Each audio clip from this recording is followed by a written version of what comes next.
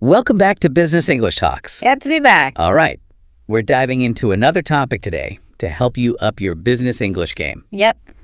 Always good to keep learning, right? Absolutely. Yeah. And today, we're going to tackle something that can be a little, well, tricky. Yeah. I think everyone's probably been there. Exactly. Difficult conversations in the workplace. Oh, yeah. Those are unavoidable. Totally. No matter how much you love your job, there are going to be times when you need to have tough conversations with colleagues, bosses, clients, you name it. That's just part of working with other humans, you know? Right. And the thing is, these conversations can really impact, well, everything. Oh, yeah. Your relationships, your productivity, even your overall well-being at work. Exactly. So today we're going to equip you with some powerful phrases that can help you handle those difficult conversations like a pro. Yeah, make them a little less, well, difficult. Right. We've got 3 key phrases we're going to dive into. You can find them on our website. The link is in the episode description. Always good to have those handy. All right, let's get started. The first phrase is all about, well, acknowledging the other person's point of view before you jump in with your own. Okay, makes sense. So what is it? It's, I see your point, but I think. I like that. Simple, but effective. Right. Now, I want everyone listening to try it out. Repeat after me. I see your point, but I think. Take your time. Good. Now, why is this phrase so powerful? Well, think about it. When you're in a difficult conversation, things can get, heated. People feel defensive. Yeah, everyone wants to be heard. Exactly. So by starting with, I see your point, you're basically saying, hey, I'm listening to you. I respect your opinion. Right. You're validating their feelings before you even present your own perspective. And that can make a huge difference in how the rest of the conversation goes. Definitely. Sets a more collaborative tone right from the start. Okay, so let's imagine a scenario where this phrase comes in handy. You're in a meeting with your team and you're discussing deadlines for a new project. All right. Pretty common situation. And your colleague suggests a deadline that you know is, well, unrealistic. Way too tight. Been there.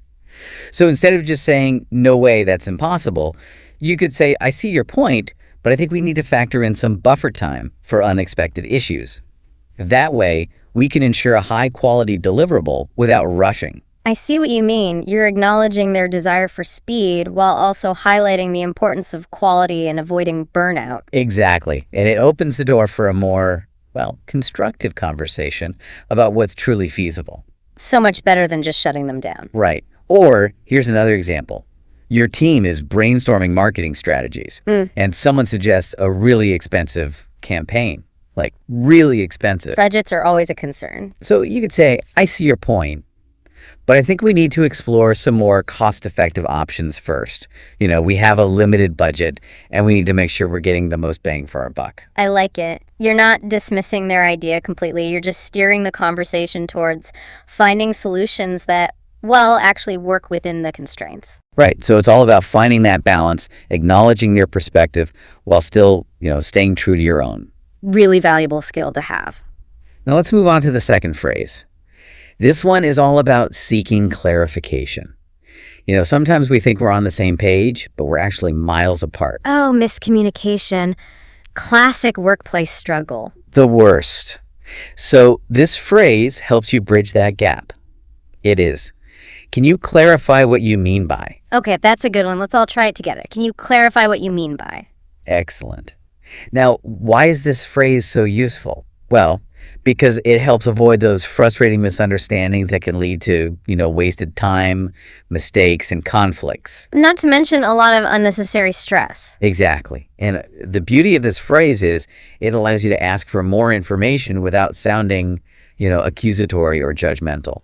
It's not about blaming someone for not being clear. It's about making sure everyone's on the same page. Right. It's about collaboration. Yeah. So let's say your boss gives you feedback and they tell you to, think outside the box on a new project. I feel like I hear that phrase all the time at work. Right. So instead of just nodding and hoping you're on the right track, you could say, can you clarify what you mean by thinking outside the box? Are you looking for completely new ideas, or are you open to adapting existing strategies? Much better. Now you have a clearer understanding of what your boss is actually looking for. No more guessing games. Exactly. Or imagine you're in a meeting and someone says they need to streamline a process. Again, it's kind of a vague term. Definitely. Could mean a lot of things. Right. So you could say, can you clarify what you mean by streamline? Are we talking about reducing the number of steps or like automating some tasks? Exactly. That way, everyone is clear on what needs to happen. See, no more confusion, and everyone can work together more effectively. Love it. All right, on to our final power phrase for today. This one is all about shifting the conversation from, negativity and frustration to problem solving and action. Okay, that's important, especially in difficult situations. Right. Because sometimes those conversations can turn into like a venting session and nothing actually gets resolved. Been there, done that. So this phrase helps you redirect the energy and focus on finding solutions. Right. Ready for it? It is. Let's focus on finding a solution. I like it. Straightforward and action-oriented. Let's all try it. Let's focus on finding a solution. Perfect. Yeah. Now, why is this phrase so effective? Well, because it basically says, okay, we've identified the problem. Let's stop dwelling on it and start working together to fix it. It's about being proactive, not reactive. Exactly. So let's say a colleague is venting to you about a difficult client. They're just going on and on about how unreasonable this client is. Everyone's had that client. Right. Instead of getting sucked into the negativity, you could say, I understand the frustration.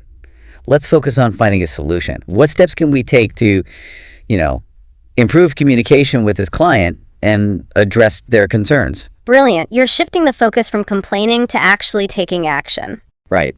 Or let's say you're in a project meeting and the team is feeling completely overwhelmed by a challenging task. Happens all the time. Projects can feel daunting. Totally. Oh. So you could say, let's focus on finding a solution. Can we, break down this task into smaller, more manageable parts? Or maybe reallocate some resources. Love it. That can really help people feel more empowered and less stressed. Right. And that's the key, right? Turning that feeling of helplessness into something more constructive. Totally agree. All right. So to quickly recap our 3 power phrases for mastering those tricky conversations.